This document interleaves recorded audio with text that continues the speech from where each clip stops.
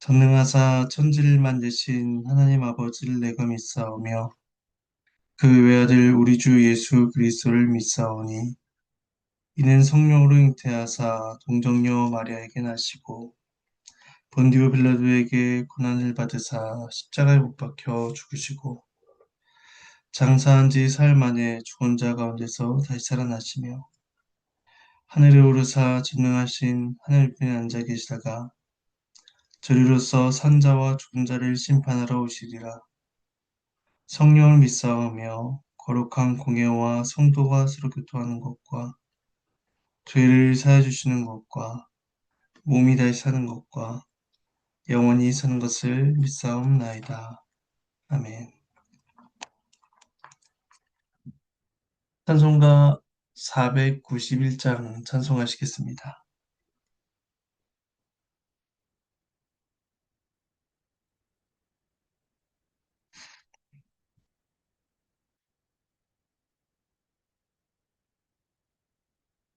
491장 2절과 5절을 찬송하시겠습니다. 찬송하겠습니다. 괴로움과 죄가 있는 곳 나 비록 여기 살아도 빛나고 높은 저곳을 날마다 바라봅니다. 내 주여 내 맘 붙드사 그곳에 있게 하소서. 그곳은 빛과 사랑이 언제나 넘치옵니다.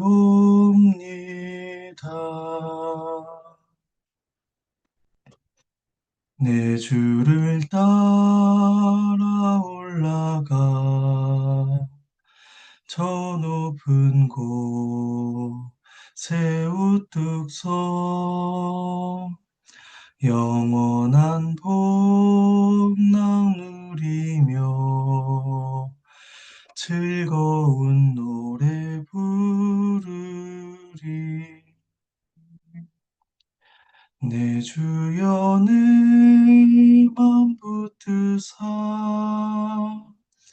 그곳에 있게 하소서.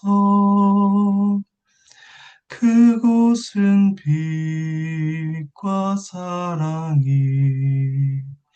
언제나 넘치옵니다.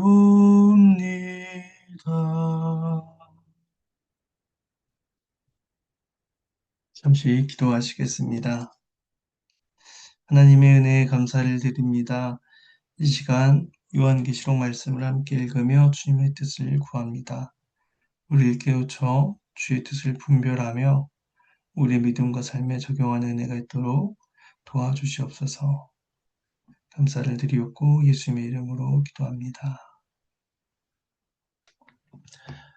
오늘 함께 보실 말씀은 요한계시록 22장 6절에서 21절까지 말씀입니다.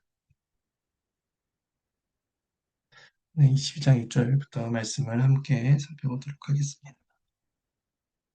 오늘 말씀은 요한계시록 전체의 결론이자 새 예루살렘 환생의 결론입니다. 하나님께서 주신 신실하고 참된 말씀을 따르며 또 다시 오실 주님을 바라며 이 말씀의 교훈을 쫓아 살아가는 우리 모두가 되기를 소망합니다. 먼저 6절에서 9절 말씀을 봉독하겠습니다. 또 그가 내게 말하기를 이 말은 신실하고 참된지라 주 곧 선지자들의 영의 하나님이 그의 종들에게 반드시 속히 되어질 일을 보이시려고 그의 천사를 보내셨도다. 보라 내가 속히 오리니 이 두루마리의 예언의 말씀을 지킨 자는 복이 있으리라 하더라. 이것들을 보고 들은 자는 나 요한이니 내가 듣고 볼 때에 이 일을 내게 보이던 천사의 발 앞에 경배하려고 엎드렸더니 그가 내게 말하기를 나는 너와 네 형제 선지자들과 또 이 두루마리의 말을 지킨 자들과 함께 된 종이니 그리하지 말고 하나님께 경배하라 하더라. 하나님의 말씀입니다. 요한은 두루마리 예언의 신적인 권위를 확증하는 말로써 오늘의 화두를 시작합니다. 이 말이 신실하고 참될 수 있는 까닭은 이 말씀을 주신 하나님께서 신실하시며 진실하신 분이기 때문입니다. 그리고 하나님은 이 계시의 내용을 여러 시대의 선자들을 통하여 예언하게 하셨습니다. 이 신적 계시의 과정은 요한계시록 1장 1절과 2절에서도 나왔던 것으로서 요한계시록의 서론과 이제 결론부에서 같은 내용을 병행하고 있음을 보게 됩니다. 하나님께서 이로써 그 계시가 하나님으로부터 주어졌으며 또 신실하고 참되며 반드시 성취될 것임을 강조하여 가르쳐 주십니다. 그리고 이 말씀이 반드시 속히 되어질 일이다 라고 말씀하심으로써 이것이 속도의 측면에서 보자면 굉장히 빠르게 임한다 라는 의미로 볼 수가 있고 또 동시에 시간적인 측면에서 보자면 곧 빠른 시일 내로 임할 것이다 라고 볼 수가 있습니다. 따라서 종말이 곧 임할 것이니 가까이 왔으니 모든 성도는 깨어 있어야 하는 것입니다. 7절에서는 내가 속히 오리니 이 말씀을 지킨 자가 복이 있다라고 말씀하고 있는 것입니다. 임박한 예수 그리스도의 재림은 그의 성도들로 하여금 인내하며 순종하게 만듭니다. 이 땅에서 주의 일에 더욱 힘을 쓰게 만들며 이 땅에서 주를 기쁘시게 한 자가 되기를 힘쓰게 하는 것입니다. 이것이 재림을 기다리는 모든 성도들이 합당한 자세인 것입니다. 요한이 이러한 천사의 계시를 계속해서 듣고 있다가 그 앞에 천사 앞에 경배하려는 실수를 범하게 됩니다. 앞서 19장 10절에서도 천사 앞에 경배하려는 실수를 범하였는데 또다시 그와 같은 실수를 저지르게 되는 것입니다. 이것은 우상 숭배적인 사상이 요한에게 있었다기보다는 그 계시의 경험이 너무도 강력해서 그에 압도될 수밖에 없었던 상황을 보여줍니다. 그가 천사는 재빨리 자신도 인간과 마찬가지로 하나님의 피조물이며 또 인간과 같이 하나님을 섬기는 종의 자리에 서 있다라는 사실을 지적하며 오직 경배는 하나님께만 올려드려야 된다라는 사실을 강조합니다. 10절과 11절 말씀을 봉독하겠습니다. 또 내게 말하되 이 두루마리의 예언의 말씀을 임봉하지 말라. 때가 가까우니라. 불의를 행한 자는 그대로 불의를 행하고 더러운 자는 그대로 더럽고 의로운 자는 그대로 의를 행하고 거룩한 자는 그대로 거룩하게 하라. 하나님의 말씀입니다. 천사는 이 예언의 말씀을 임봉하지 말라고 명합니다. 앞서 10장 4절에서는 일곱 의뢰가 말한 것을 임봉하고 기록하지 말라 명령이 주어졌는데 지금은 임봉하지 말라고 이렇게 말씀하신 것입니다. 이 까닭은 종말의 때가 이르렀기 때문입니다. 충분히 드러날 해지의 때가 되었기 때문에 더 이상 감춰둘 이유가 없고 모든 사람들에게 그것을 드러내어 알려야 하는 것입니다. 그리고 이제 때가 가까웠다는 것은 더 이상 불의를 행한 자가 의로운 자로서 또 더러운 자가 거룩한 자로서 변화될 만한 여유가 없다라는 의미이기도 합니다. 그러니까 10절에서 말씀하시길 불의를 행한 자는 그대로 불의를 행하고 더러운 자는 그대로 더럽고 라고 말씀하고 있는 것입니다. 이 말씀은 마치 계속해서 악을 행하라 권하시는 것 같지만 이것은 각 사람이 말씀을 통해서 자신의 삶의 태도를 깊이 있게 돌아보고 성찰해보라 라는 하나님의 경고의 말씀입니다. 모든 사람들은 공의로우신 하나님 앞에 서서 심판을 받게 될 것입니다. 그리고 그때가 임하게 된다면 이미 잊어버리고 맙니다. 마지막 때에는 결코 회개의 기회가 주어지지 않습니다. 그러므로 지금이 바로 회개할 때다라고 말씀하고 있는 것이죠. 따라서 각 사람들은 마지막 때가 이르기 전에 자신의 불의와 더러움을 보고 돌이키고 회개하며 거룩한 삶으로 살아야 하는 것입니다. 이런 말씀 이후에 이제 12절부터 16절에서는 그리스도께서 말씀을 주십니다. 말씀을 봉독하겠습니다.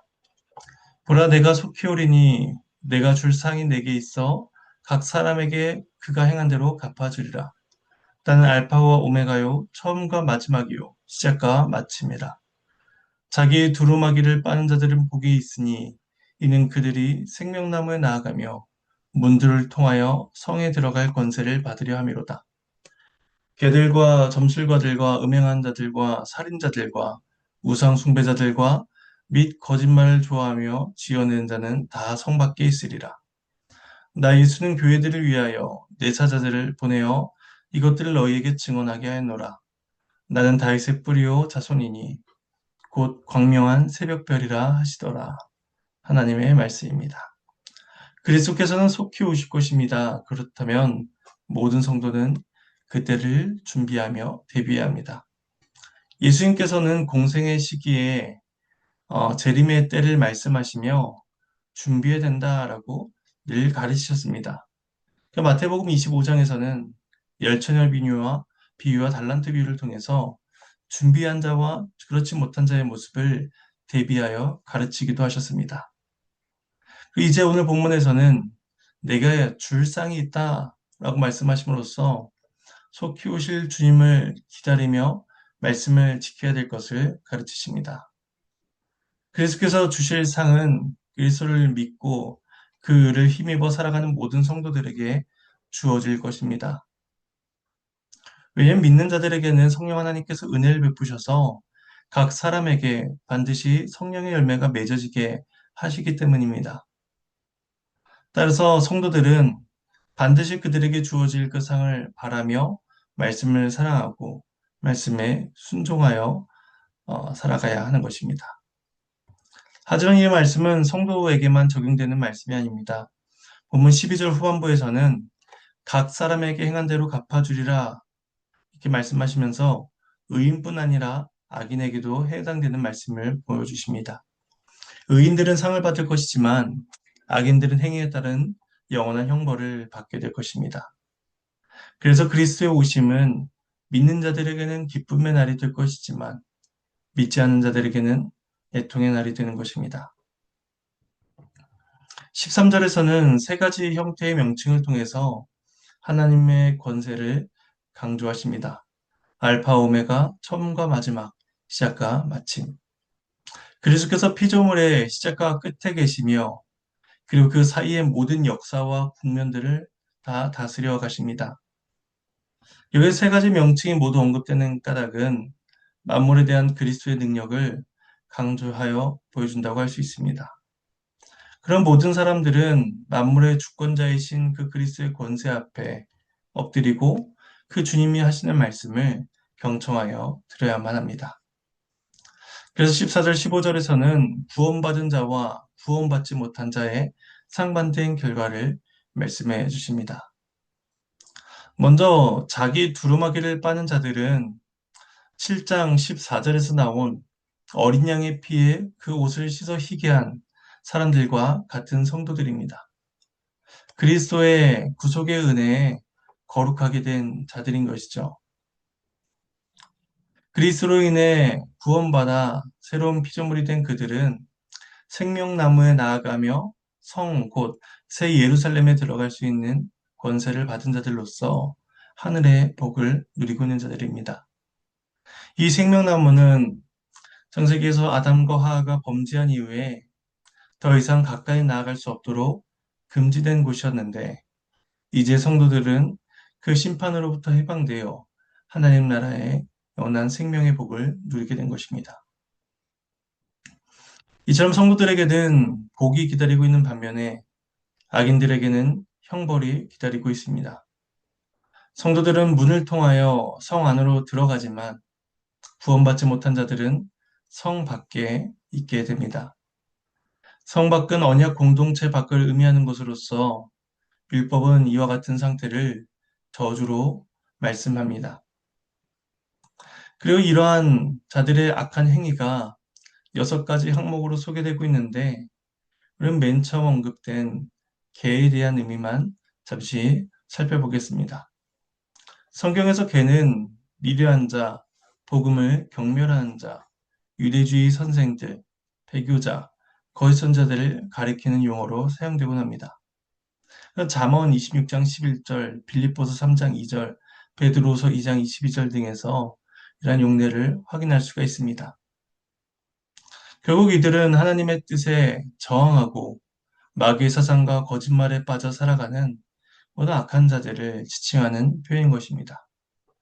그리고 이러한 죄 이외에도 점술과 음행과 살인, 우상숭배와 거짓말을 좋아하는 자들, 이들 모두가 다 새 예루살렘 안에 거하지 못하고 성 밖에서 영원한 형벌을 받게 될 것임을 말씀합니다. 이런 말씀을 하신 예수님께서는 16절에서 예수님 자신이 어떠한 분이신가를 두 가지로 계시하여 주십니다. 첫 번째는 예수님은 사자를 보내사 증언하시는 분이다라는 것입니다. 왕의 권세를 가지신 예수님께서 천사를 보내사 자신의 뜻을 나타내 보이십니다. 이 말씀이 그리스도로부터 시작되었기 때문에 이 말씀에 신적인 권위와 기원이 있음을 우리는 보게 됩니다. 근데 이 말씀은 한 가지 목적 때문에 그들에게 주어진 것이었습니다. 바로 교회를 위해서였습니다. 하나님은 교회를 위해 자신의 사자를 보내사 이 계시들을 알게 하신 것입니다. 따라서 이 땅의 모든 교회는 주께서 주신 그 말씀을 통해서 그리스도를 알고 마지막 때를 준비하며 거룩한 자의 삶을 살아야 하는 것입니다.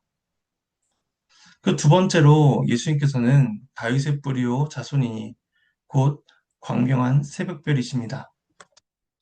이런 호칭은 이사야 11장 1절과 민수기 24장 17절에서 나타나는 것으로서 다윗의 자손으로 오신 그리스도께서는 죄의 어둠이 가득한 이 세상에 새 날의 빛을 비추이실 그러한 구원자이심을 계시하여 알려주십니다. 그리고 17절은 이러한 예수님의 말씀에 이은 천상교회 교회들의 화답이 나옵니다. 말씀을 봉독하겠습니다. 성령과 신부가 말씀하시기를 오라 하시는도다. 듣는 자도 오라 할 것이요 목마른 자도 올 것이요 또 원하는 자는 값없이 생명수를 받으라 하시더라. 하나님의 말씀입니다. 성령께서는 신부인 교회와 함께 하십니다. 성령 하나님의 은혜와 능력을 힘입은 교회들은 사람들을 향하여 복음을 초청합니다. 복음 안으로 오라는 것이죠. 이 말씀을 듣는 자들, 목마른 자들, 모든 자들이 그리스도께 나온다면 그들은 값없이 베풀어지는 생명수를 받아 마시게 될 것입니다. 그 21장 6절에서 앞에 요한계시록 21장 6절에서 그리스도께서 친히 말씀하시길 내가 생명수 샘물을 목마른 자에게 값없이 주리니 라고 말씀하셨습니다. 그래서 이제 교회는 그 말씀에 근거하여 사람들을 그리스도께로 초대하는 것입니다.